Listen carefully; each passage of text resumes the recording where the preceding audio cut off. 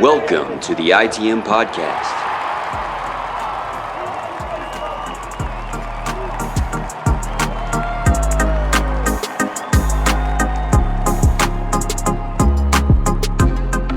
This is episode 282 of the ITM podcast, the official Boston Red Sox podcast of the CLNS Media Network, brought to you by PrizePicks, the exclusive daily fantasy partner of the CLNS Media Network.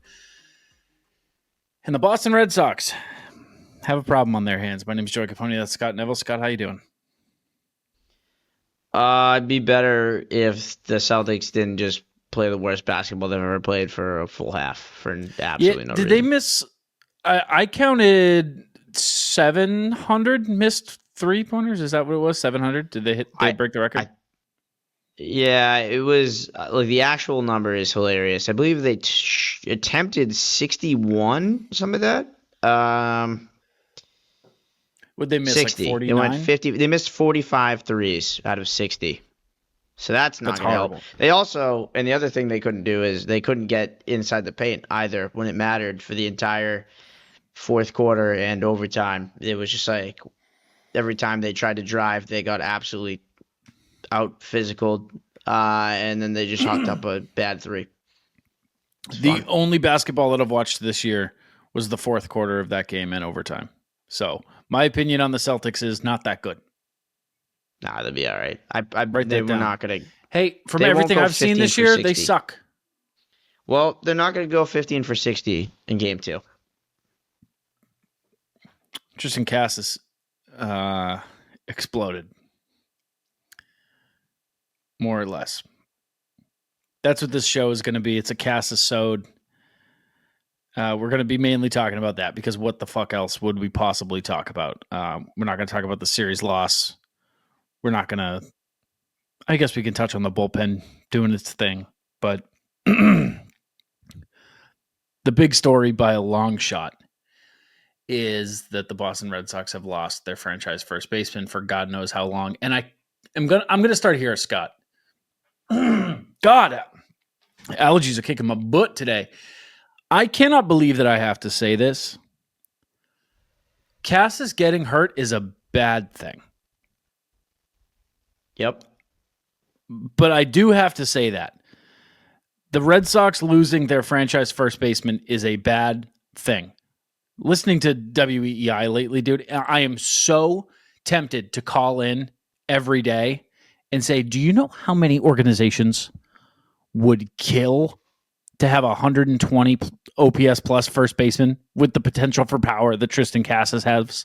Like, to have a guy that can and probably still could hit 30 homers.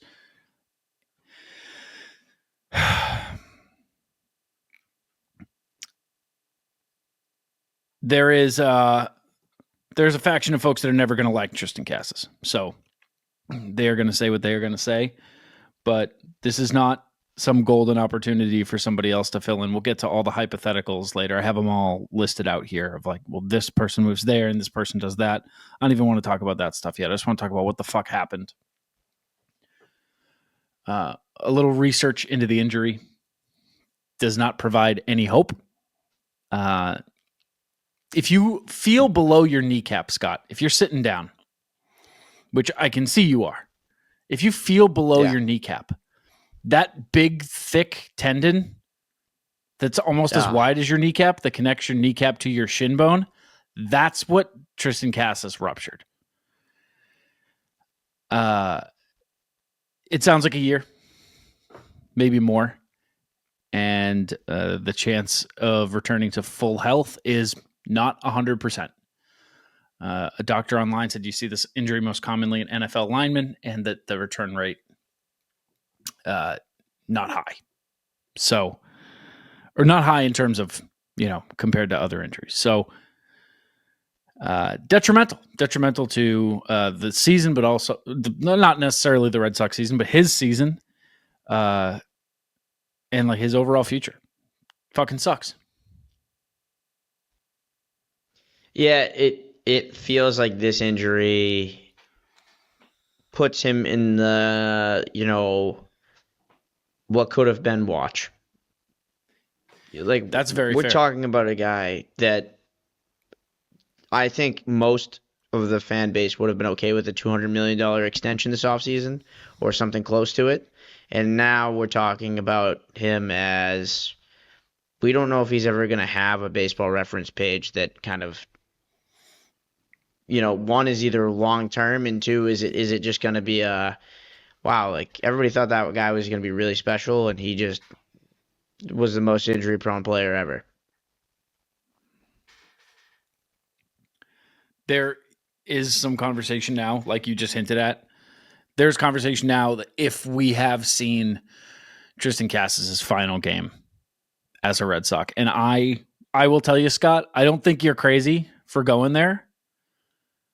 I can't bring myself to get there. That feels too far for me at this moment. I don't think that's the case. I just think I'm saying now, like, what you expected his team control years to be, like total home runs, total production in general, total games played, versus what it's actually going to be. You're now talking about missing. He didn't do anything this year that mattered. He sucked, no. And then he was out for the whole year. And then next year he's going to be out. Some people are saying like late 2026, like post All-Star game next year. If that's the case, you're losing basically 2 years here. You basically lost last year. There's only usually, this 6-year span. And so it's like, that's not a guy that the second he becomes a free agent then gets a 5-6 year deal. So you're talking about him, who knows? But the one thing that helps him is there isn't a top prospect at first base. And not even like there's a kid in high A that could catch it. Like, no, there's just nobody. So I think the likelihood is that he could very well earn his job back next summer if he does come, return to health at some point between a year from now and the end of the 2026 season. I'm not worried about his career. I'm just more worried about like the fact that like he should be right now in those conversations of like, man, through age 24, he's 7th in Red Sox history in doubles. Like those are the kind of conversations that could have been had, but instead it's going to be everything right now is just what could have been. And now you're talking about like 2 significant injuries in a row. I said earlier in the year, I don't think he's at a top 3 season of his career. Now it's more like, man, is he ever going to be the guy? Like, will we ever see the potential we thought we saw in him for a full season? That's a real argument to me, whether it's in a Red Sox uniform or any other. I don't think his job security is in a terrible place next year. It's just more like we both have thought he could be a 250 plus 40 home run guy. And I don't know that's at some point you got to do it. And now it's becoming a Byron Buxton type storyline versus, I'd be fine with it being a Byron Buxton story if it ends the way Byron Buxton's has gone. But I don't know if I agree about like job security because the team is in a place right now where they're trying to win. Like if this was 2023 and this happened, if everything with Casas was pushed back 2 years, and this was 23, I'd probably say that like he'll be fine. Like he'll come back, job will be his, whatever. They're in compete mode. It might not look like it on the field. It might not look like it in the standings right now. Their record might not reflect it, but they are. This is go time, more or less. This is like 90% throttle. They're not going to sit around and wait for 14 months for Triston Casas to come back and, plug holes here and there and say, oh, well, we'll put, Nick Sogard at first, or we'll put whatever, they're not going to put a Band-Aid on it. If they're smart, which I'm going to go ahead and say they are, they need a first baseman now. And like, we'll get into how that might happen, but, it might, the facts might be that Triston Casas doesn't have a place here when he gets back. It's not or strictly because of the injury or his rehab and getting back to 100 and all that, like his rehabilitated self, but it's a hole they got to fill. Like they have to. And I have not been shy about how much I like Triston Casas. I like who he is on the field and off the field. Like, and I think what was crazy to me about that is that I was the biggest Bobby Dahlbeck guy in the world. And the guy who chased him out of here, the guy who succeeded him at first base, like succeeded him in that favorite player ranking, like a guy who's just fiercely himself. It would be a very hard pill to swallow, and I don't want to speak it into existence all too much. And like I said, I'm not there, but I think there's some legitimacy in the thinking that the team is good. They're not going to wait. I mean, I think I would assume we're going to go down different options here. Yeah. I would agree that they would be willing. They're not going to hold his spot with that in mind. But on May 5th, I don't know that they find a long-term answer there. And I also don't expect them to make some splash first base signing in free agency next year. So I think, if Vladdy had not been signed yet, maybe that's more of like you have to worry about that, but that's obviously not on the table. I don't think they're holding his spot, but I don't necessarily think there's no Marcelo Meyer version of first base right now. There's no Roman Anthony at first base, and neither of those guys will be first baseman this season or next. That's a stupid conversation we can get into, but that's the only thing I would say is that I don't know that, while they might want to find a stalwart first baseman, like a franchise guy, I don't know that that's going to be the easiest thing to do right now. So I think you might be okay. You think Pete Alonso opts into $24 million next year if he keeps playing the way he's playing? No, but I don't. But not if he keeps. Yeah, of course not. But I don't think that the Red Sox make that move.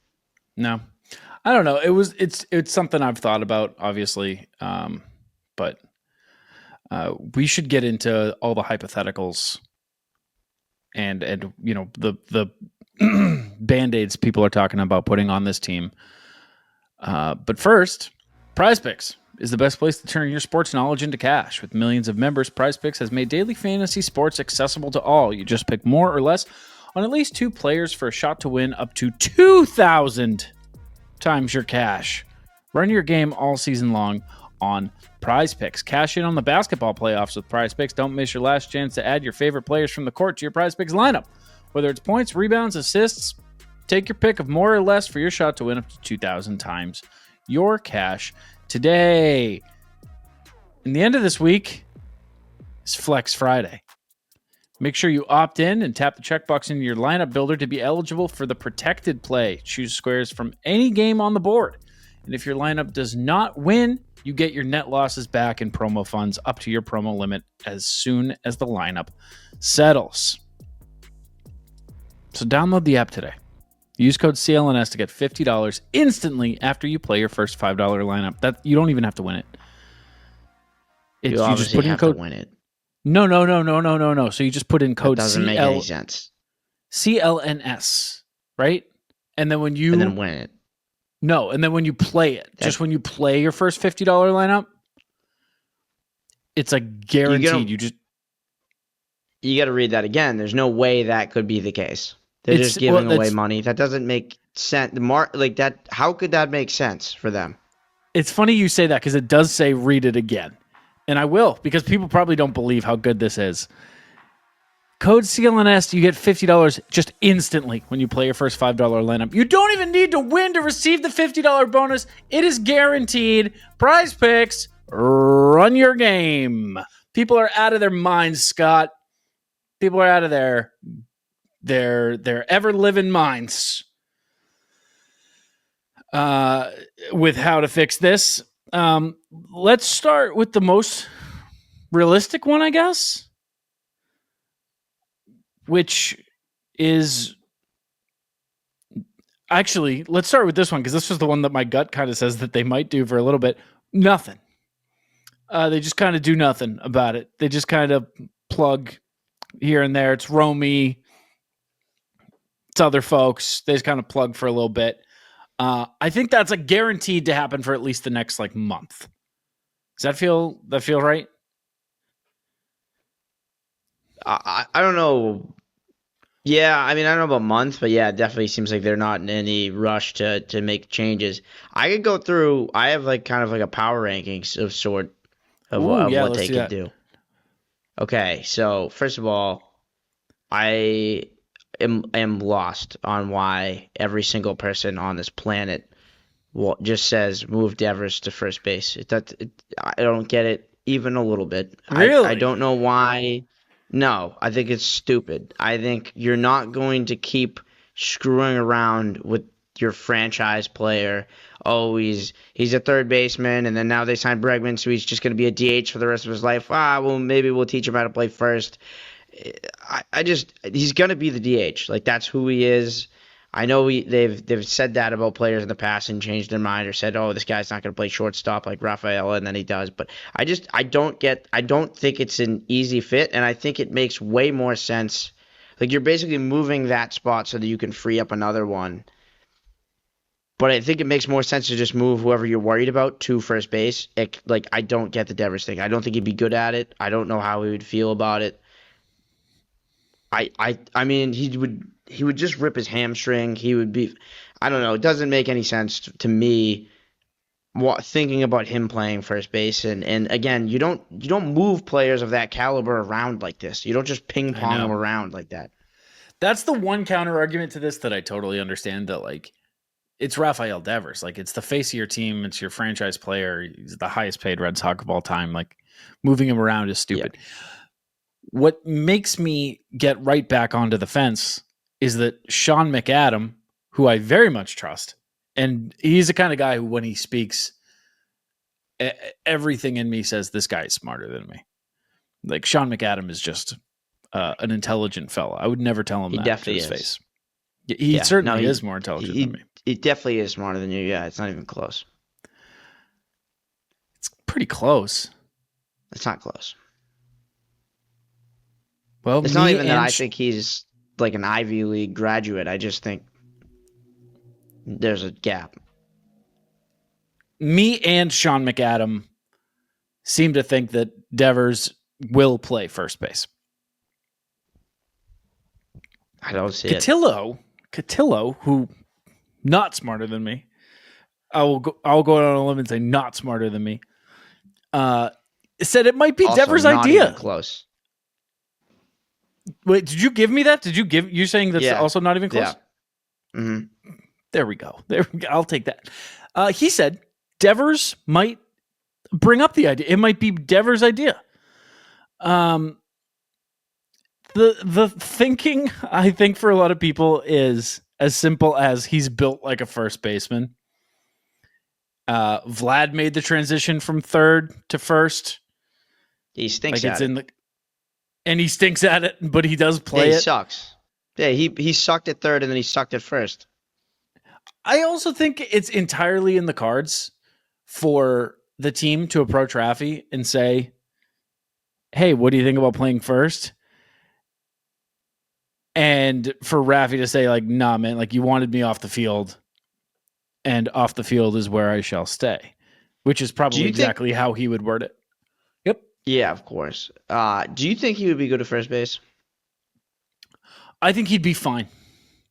I think he would kill people. I think I picture any ball not thrown directly to him lunging and just like one of those plays where someone's running down first base full speed and he's just in the way and he doesn't even move a millimeter on contact and the other guy just gets flattened. Like he's just set in his base and the guy just gets absolutely throttled and goes down and it just doesn't move. Rafi goes down easy. So, like, I don't know if you remember, like, the collision between him and O'Neill. Granted, that was like a really hard one. They ran into each other like full speed. But Rafi topples. Rafi spends most of his time on the ground. That's kind of where he lives. He's like a turtle. Well, he does like to spend time. I wonder if he played first base, you know, whenever somebody would throw his way and he would dive back, he would just kind of stay on the ground for a minute. I wonder if any throwovers, he would throw the ball back and he would also sit down until they were ready, just crisscross. I bet he would. Any stretch play he made, he's going down and Yeah. Just chilling on the ground for a minute. See, we need it. We need it. The other half of that theory, though, is put Devers at first so Yoshida can DH. That's like that. That's the full headline of that theory. I will say, I went because immediately I was actually at the game, and before Casas was off the field, I was already thinking about solutions. And sure. You're a solutions guy.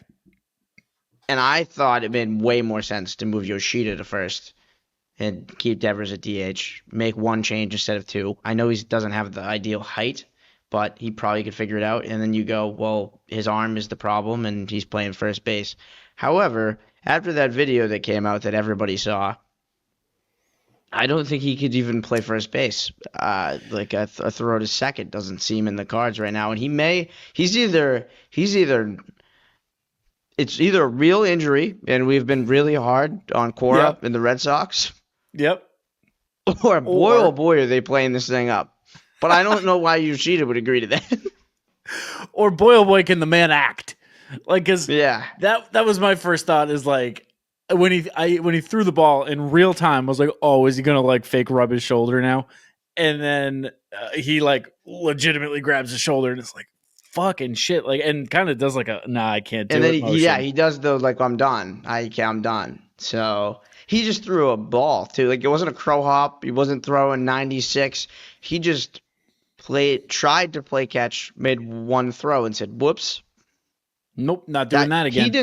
He didn't seem like he could ever do that again, based on the reaction he made. I'm not sure he will ever be able to do that again.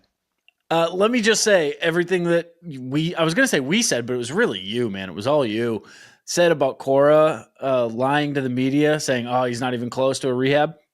Yeah, he's not even close to a rehab. He's not even close. They were right. I mean, I guess they weren't lying to us for absolutely no reason, turns out. But a month or two from now, could he DH? I think he can DH now because he was DHing in spring training. Yeah. Like he's always been hitting. It's always been the fact that he can't throw. They wanted him to play outfield, and they wanted to push him off the roster for Devers at DH. I will say, if that's how they do it, I think it's the only scenario where I would be like, okay, I guess we're doing the Devers first base thing. Mm-hmm. But I don't know. It just seems too you're just playing MLB The Show, and you go, oh, I guess I could just do this. Like, that just feels too easy. You know, we'll just stick David Ortiz at first in this lineup. It's like, well, hold on. In real life, that's not going to go well. What do you have on your next thing of power ranking? Is that your bottom one, that Devers at first? I didn't even have him. I just said it's stupid. It was just it's not even on the tier list. I wanted to preface it with Devers is stupid. Anthony and Meyer really stupid. Those guys are going to be future stars at their respective positions, outfield, middle infield. We're not going to play around with that. It's not going to happen. Even Breslow said the exact same thing. He said those guys are too good at where they are to be moved. Go ahead. It's a great litmus test for if you watch the Boston Red Sox, because I've so many people coming out of the woodwork being like, "Oh, Casas is hurt. Time to call up Anthony." It's like, if Jeremy Swayman got hurt, they're not like, "We'll call up this young kid, David Pasternak, put him in net." Like, that's a different position. That's not where he plays. I understand we're talking about shuffling people. Like, people are going to have to shuffle. That one is so insanely stupid. And shout out to the Woo Sox for posting that video of Roman Anthony taking ground balls. That's funny. I have Von Grissom as my number one, just because you finally can get this guy. It's like, where the hell is this guy going to ever fit in to this roster? And this is the only way. He's hitting 276 with a 776 OPS this year in AAA. See what you can do. I want him in the Toro role. I don't necessarily want him to be the everyday guy. But I think that swap Grissom for Toro, if you're going to do anything, you might as well do something that could help the future. I don't think Toro's helping your present or your future. Grissom has a better chance probably at both. So that's my number one, just as like a small change. Number two, because this could work out long term, and it doesn't really make sense physically, but Christian Campbell at first base, then it allows you to bring Meyer up, and like, assuming Yoshida's not in this conversation, that's the best impact addition you could make that, like, is in this realm. And then you get both of the kids up. And again, you're expecting Meyer to take that mantle anyway at some point, that second base spot, if Story's not going anywhere. So it's like one of them is going to have to move no matter what. Meyer is locked in as a middle infielder. If Story's staying, Campbell has to go somewhere else. It makes more sense than just putting him out in center field for no reason when you got the number one prospect in baseball also in the outfield ready to be called up. Like, forcing another guy into the outfield doesn't make sense. Putting Campbell at first does make sense to me, with the caveat he has 0 games played in the minors or majors at first base, not a single inning. So you'd have to teach him the position. It wouldn't be a May 5th thing, May 6th or whatever. This would be something they'd have to learn, but second base to first base, I don't think would be the hardest thing in the world. And, he's athletic. He'd be a very athletic first baseman. He has the pop that you wouldn't expect for his frame, so he can kind of make up for it offensively for an offensive position. And then the biggest thing is you get Meyer and Campbell together. You find a way to get one of the kids, because you ideally, important player goes down, you have 2 superstars when waiting, and this is a way you can actually realistically move them up. It is kind of weird. I want to get your thoughts on that. It's certainly weird. And like the eyeball test, like you said, he just doesn't look like a first baseman. And but he's tall enough. I don't know which way this point argues for, but he hasn't found his rhythm defensively. He hasn't found his home defensively. So I don't know if that means, hey, let's not stick him at first base where he's going to be involved in a hell of a lot of plays till he finds it, or if it's, hey, he needs a home, let's give this a run. That would really suck for Triston Casas, because then you are really tough. If Christian Campbell turns out to be like an amazing first baseman, and that is his home, and the team is complete a year from now. Yeah, I mean, he's that would be the one that would be a problem. You feel like he's a guy that's always going to move, kind of like Rafaela. I don't know that he's ever going to find like a solid home. He's going to hit wherever. He is 6'3" and over 200 pounds. So he is a slender frame, but he has the height and weight that kind of makes sense for that position. I don't think it's as insane build-wise as doing something like moving Yoshida to first. So I have him at number 2 just because it is a little complicated, but I mean, think about it. Would you trade? He's going to be bad either way. But I don't think he would be necessarily like, he might, if he can figure out the scooping, which is a completely different thing than fielding. If he can figure that aspect of the game out, I don't think his ground ball ability is going to be a whole lot. Like, it's been serviceable at second, it'll be serviceable at first. And I don't know. That makes sense to me, because then you get Meyer up, and then you replace Casas with Meyer, which offensively this season might not be the worst thing in the world with what he's done so far. At least it'd be the best way to mitigate the loss of Casas. My number 3 is Romy Gonzalez. I don't know why people are like, get this guy the hell out of here. He's just been very good for the Red Sox since he got here. He's hitting .327 with an .831 OPS. And we're just like, for some reason, everyone's like, F this guy? Like, what? I understand he's not your future, but you don't necessarily need to define it for, we're talking about 2024 here. You don't need to get the next cornerstone. And he's also got 83 percentile speed, so he continues the running Red Sox, which has made a huge difference in the games they've won. He's been a key cog in those, swiping bags, going first to third, stealing home. One little defensive miscue, he takes the extra base. Like, he has been a very impactful player on the base paths, and he's hitting .327 with an .831 OPS. So I don't know why he's just getting canceled out of this conversation right off the rip. I get wanting to replace Toro's spot, but I think Romy Gonzalez absolutely should be getting frequent time at first base. And then Yoshida was my 4, which we already talked about. Where would you rank this idea? Follow me here. Call up Marcelo, Meyer, to be clear. Put him at shortstop. Trevor Story at first.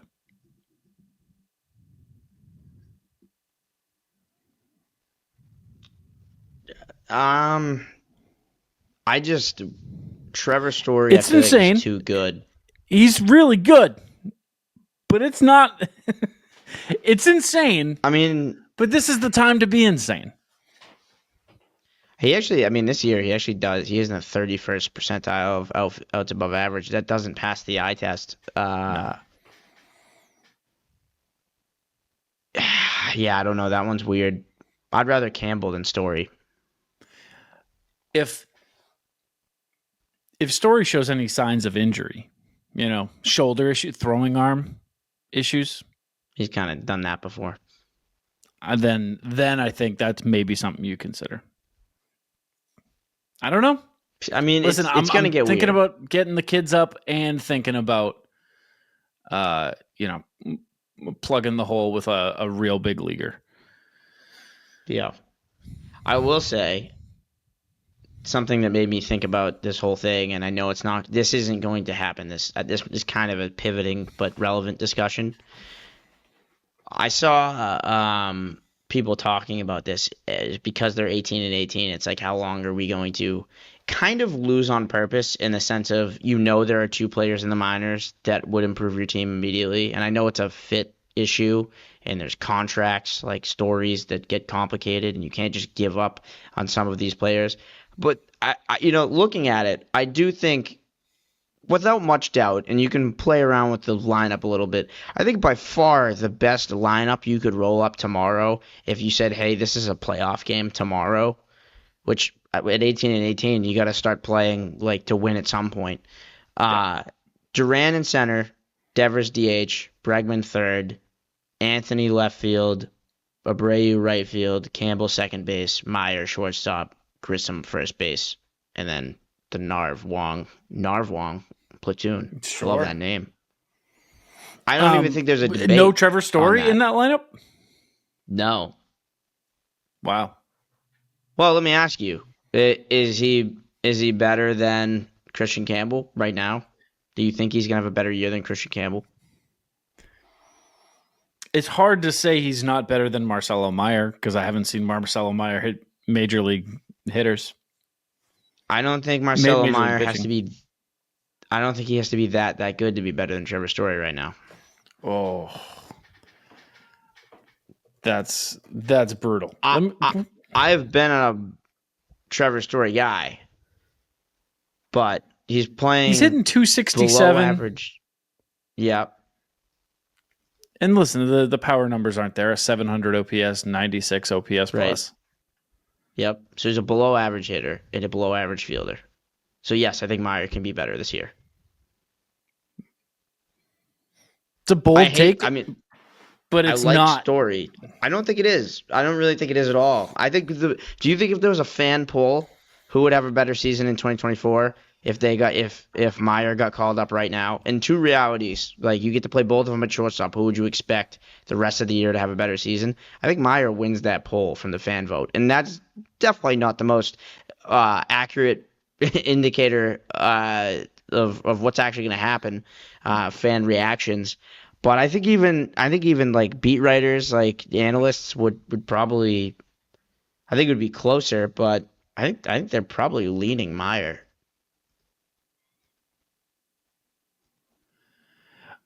You're not going to do this, so it's frustrating to talk about. Right. At least not right now. Like, I mean, there's absolutely no world in which they put Meyer over Story and tell him to kick rocks. Like, there's no reality where that happens for sure. But there is a reality where Meyer and Anthony are both in the lineup. Anthony and for Rafaela swap feels like that's getting urgent. And it's not even about Rafaela. It's just, okay, how long are we just going to pretend we don't have the number one prospect in baseball? Like, how long are we going to just sit at 500? Prospect at a certain point. He's just a major leaguer playing in the minors. It's exactly what he is. And I feel the same way about Meyer, but Anthony is like, putting up underlying analytics with Judge and Ohtani, like in terms of barrel rate and stuff like that. Like it's, I don't know. I mean, I love Rafaela too. Like I think he's a great 9 hitter in the terms of he has speed, elite defense, and he actually gets a ton of RBIs. He drives in a ton of runs. Like when it matters, he comes through. But Anthony is not a 9 hitter. He's a 4 hitter that you could potentially be adding to your lineup. So this just feels like something's got to change. This is the point where something's got to change. I mean, you're right. They can't just leave them sitting there, which is what they've been doing. And this, although it's horrible, it's horrible. They have to, I don't know how to word this correctly. They have to make the best out of this bad situation. They didn't kill. Oh, you didn't say that. No. Do you think they should do that? Yeah, no, I didn't say that. I was saying what you were saying. Because they can't do it. That'd be illegal. They can't do that. No, I know, but you texted me what you actually meant by saying that, so I read it. I read the text you sent me. I didn't. No, that wasn't me at all. I wouldn't have said that. Because that's illegal, dude. That's against the law. I wouldn't say that. Well, not for a person can't do it, but I think an organization can. I'll have to check on that. I don't think they can kill him. He's on their team. I feel like they can kind of do whatever. You're right. Yeah, no, I thought he was pre-arb for some reason. I forgot they signed him as a free agent. So maybe. I mean, don't worry, like and I mean, I'm trying not to be funny here, but his dead cap would carry, literal dead cap in this sense. But like you obviously, the way I understand it is you still, like it hits against the luxury tax, right? But you can kill him. So that's on the table. They literally have snipers for this kind of thing. You think they would do it on the field like that? Not during the game, but pregame? Like pre-game, when the media's allowed in, but not the fans yet? That like weird hour? Yeah, I think so. Might be the best part of my day. And there's going to be a tweet from Cotillo being like, it appears that the snipers have shot Trevor Story. It would appear as though. Yeah. and they're still actively firing as he shoots the tweet. I don't want to kill Trevor Story. I like him. No. But you said that, so I just thought that's where you were going. Well, you didn't say it. You texted it to me. I didn't know. I thought you did voice a text, so technically you did say it, but you didn't say it on the show.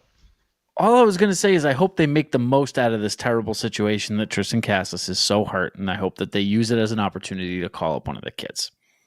I wasn't going to say I hope they kill their free agent shortstop signing from 4 years ago. Okay. I don't want that. I love Trevor Story. Let me just say before we get off Casas, because we can only say so much. This is a hard left from we should or somebody should snip Trev.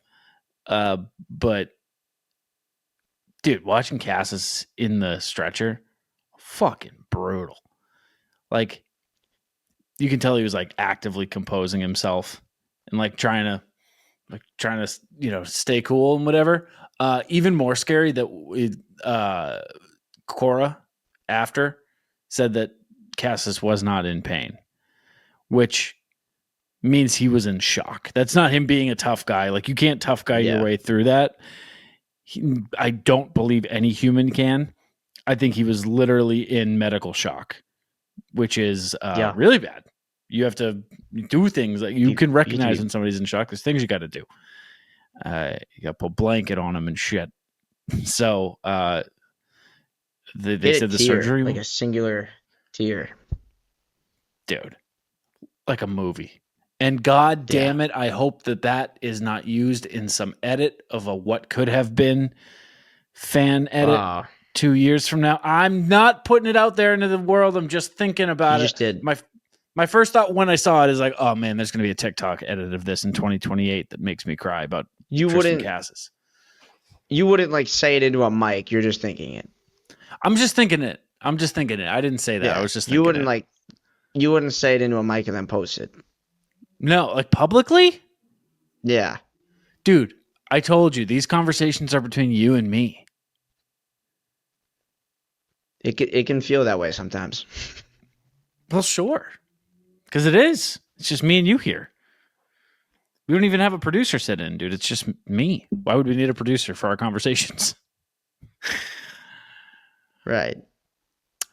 Okay, folks, it is 3 games against the Texas Rangers. Game 1 is going to be Lucas Giolito versus Nathan Eovaldi. Lucas Giolito, after 1 start and 492 days as a member of the Red Sox, will take the mound at Fenway Park for the very first time. 3 earned in 6 innings on 5 hits and 2 walks. 2 homers late in his outing skew those numbers quite a bit. Nathan Eovaldi, little known fact, used to pitch for the Boston Red Sox. Nothing notable in his time here, unfortunately.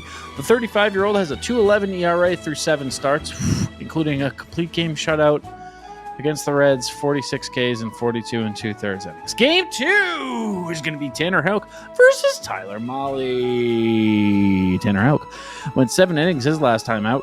1 run on 4 hits, 6 Ks, and his 7th homer in as many starts this year. His last time against the Rangers was in the opening series of the year, in which he allowed 4 runs in 5 2/3 and 2 jacks. Tyler Mahle, damn. Just damn. 0.982 whip, a 1.19 ERA through 37 2/3 innings. No homers allowed, only 4 extra base hits. Goddamn. And game 3 is going to be Brian Bayo versus Jack Leiter. Think of how excited we would have been for this start like 2 years ago. Brian Bayo is also showing signs of promise lately. 1 run in 6 2/3 his last time out. A 2.55 ERA through his first 3 starts of the year. Jack Leiter, remember when he was supposed to be good? 10 starts in his career now. ERA of 7.43 thus far. Allowed 6 runs in 4 1/3 against the Mariners last week. Dude sucks. And that is going to do it for your pitching preview. Jack Leiter's a bummer, to be honest with you. Just a guy that I think we all believed Rocker and Leiter were going to be monsters. Were they the Meyer draft? Yes. And you're not going to find a bigger Jack Leiter fan than me. I will say, well, technically Kumar, he was in that draft, and then he didn't sign, and then he went the next year. But yes, right. Originally they were both in that draft. That's how they ended up both going to the same team after the whole. Kumar got drafted by the Mets, and then was like, I'm not playing for the Mets. There was a shoulder. I don't know, he had a shoulder thing, and then they were like, we have to pay you less because you have a shoulder thing. And he said, how about you pay me $0 and someone else pays me next year? How about I go to college? How's that sound? Not. I'm pretty sure that's not where he went. He didn't go back. Where'd he go? Dude, what do you mean? Where did he go? You know where did he go? You don't have it off the top of your head? Where'd he go? He went somewhere that wasn't here at all. And when I say at all, I mean not even close. I think he played he played indie Mars. Ball. No, not like Mars. The Tri-City Valley Cats. Oh, that's really close to here. That's like a 3-hour drive. This is in Troy, New York. That's not even close. That's a 13-hour plane ride? No, it's like 3.5 in a car. I didn't ask about a car. You changed my unit of measurement. In a plane, it'd be like 40 minutes. That Troy airport's packed, though, so you got to add time for that. I think I fly into Trenton, and then I take the Long Island rail, the purple line. Okay. Has a stop in Troy, right next to the Tri-City Valley Cats Stadium. Really? Wow, that's okay. Yeah. I'll have to try that next time I'm making that trip. Yeah, so when you're on the purple line, you just listen for next stop, Tri-City Valley Cats Stadium. Okay. And then you get off there. Really? That's interesting. And it just, wow. Yeah. That's interesting. So, I mean, yeah. I mean, that's... Is Rocker alive? Kumar? Yeah, he was on the opening day roster. Thought so. I thought so. Sox really should win this series just for morale's sake. I can't say that I think they will, to be honest with you. The Hauk Male one is crazy. What a year he's putting together. Kumar Rocker has an 8.10 ERA. Somehow worse than Jack Leiter. So they're competing for just they used to be worst ERA on the Rangers. That team was so sick, that Vanderbilt team. Yeah. They also had Enrique Bradfield, who was supposed to be like basically what Chandler Simpson is. Simpson, the Rays guy. Yeah, didn't seem to work out anywhere across the board. No, he's young, but yeah, it's tough. They're all young, but they're all young, but it's not looking awesome. Is Marcelo Meyer the best pick in that draft? Thus far, although I do think they had that 2020 was 2020. I'm trying to think. I think Scooball wouldn't have been that year. Who? Oh, 2020 draft. Well, no, it's not this year. Garrett Crochet 2020, which is crazy to think about. Yeah, it is. That's absolutely ridiculous. That's so recent. They were like, just come play, dude. Don't go anywhere else. This is the 21 one. So Colton Cowser was good. Yeah, it's hilarious. Colton Cowser, Jackson Joe was just thinking, he's okay. Jackson Merrill was in this draft. So that's a really good player. Sal Frelick has been okay. Jackson Merrill at 27 is bananas. Just goes to show you baseball drafts, dude. This is when we drafted Judd Fabian, and he ended up getting drafted 17 more times because he just Mason Miller. No. Oh, Mason Miller in the 3rd round. Yeah, okay, that's a good one. Crazy. Zach Gallo's pretty good. James Wood. James Wood was a guy that everyone knew was going to be good, and he just didn't get drafted. This is the year they only had a few rounds. How many rounds are there? 5. Well, that was 2020, so this should have been. Oh, that was 2020. Yeah. Yeah. Marcelo Meyer still has the opportunity to be the best pick in this draft. Jackson Merrill's kind of a tough one to top, I'll be honest. But Jackson Merrill and Mason Miller are going to be difficult to chase. Yeah. Still time. Also, Doug Nikhazy is going to be unbelievable eventually. They're the same age, Merrill and Meyer. Crazy. All right. Nikhazy got rocked by us, but Doug Nikhazy is going to be very good at baseball.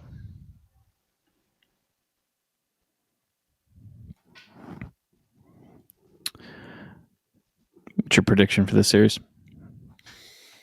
I don't even want to make one because I was wrong last time. You missed for the first time, dude. I don't like losing. I don't like being wrong, so I'd rather just quit, Oh, trust me, I know. So, here's my thing. I wish I had the pitching matchups because that would help me make my decision. I just told you them all. Giolito you were Evaldi, talking during that time? Giolito Evaldi, Hauk Male. I know. Bayo Leiter. I think we lose the first 2, win the 3rd one. You don't like Giolito Evaldi? These are all marquee matchups. You can say that. I mean, Evaldi has a 2.11 ERA right now. Yeah, I know.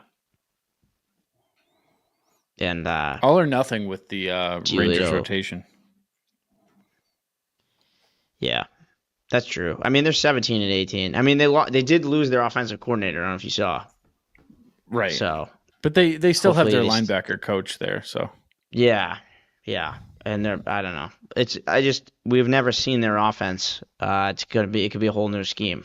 Like, right. Is it a tight end, 2 tight end, heavy offense? Is it big run, power eye? Are we gonna just spread it out? Who's in the slot? I would assume Marcus Simeon. X fade, Y zip, double Larry, blue 80. Have you considered that? Say. I haven't. Red 88, red superpower on 2. So that's something to think about. That was a high school play that I just pulled out of my butt right there. Really? Yep. It's a sweep right. Oh.